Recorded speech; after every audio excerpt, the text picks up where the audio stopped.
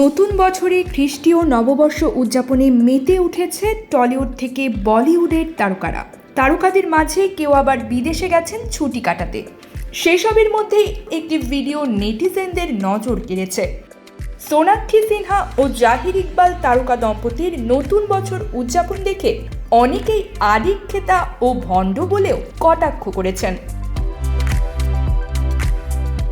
এই তারকা দম্পতি অস্ট্রেলিয়ায় খ্রিস্টীয় নববর্ষ উদযাপন করেছে। একেবারে নিজস্ব স্টাইলে নতুন বছর উদযাপন করতে দেখা যায় তাদের। আতশবাজির শব্দ, আলোর রোশনাই, মিষ্টি মুহূর্ত সামাজিক যোগাযোগ মাধ্যমে ভক্ত অনুরাগীদের মাঝে শেয়ার করেছেন।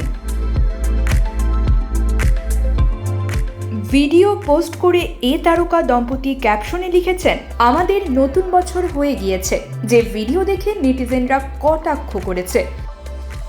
কমেন্ট বক্সে একজন লিখেছে, দীপাবলিতে বাজি দূষণ ছড়ায়, আর নববর্ষের ক্ষেত্রে কিছুই হয় না।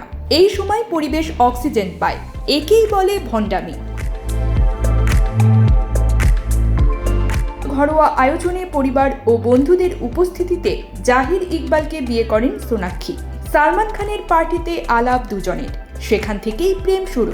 সালমানের ঘনিষ্ঠ বন্ধু ইকবাল রতনসির পুত্র জাহির, সেই অর্থে ভাইজানের বৌমা হয়েছেন সোনাক্ষী। সালমানের হাত ধরে বলিউড জার্নি শুরু সোনাক্ষীর, তেমনি ভাইজানের প্রযোজনায় তৈরি নোটবুক ছবির সাথে অভিনয় ক্যারিয়ার শুরু জাহিরের।